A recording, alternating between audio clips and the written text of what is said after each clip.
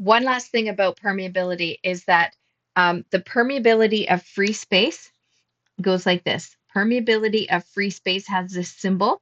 Permeability of free space has been measured, and it is 4 pi times 10 to the negative 7 Webers um, per amp turn meters.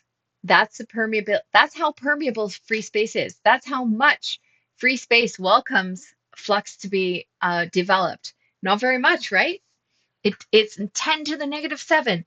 Flux does not want to develop, or free air does not want flux to be developed in it. It's a very, very small number. And then everything else we like to relate to free space. So it's relative to free space. This is relative permeability.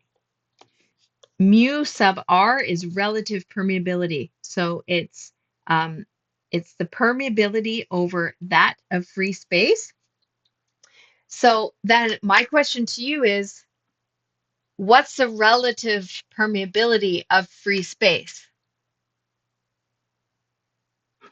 The relative permeability of free space would be permeability of free space with respect to permeability of free space.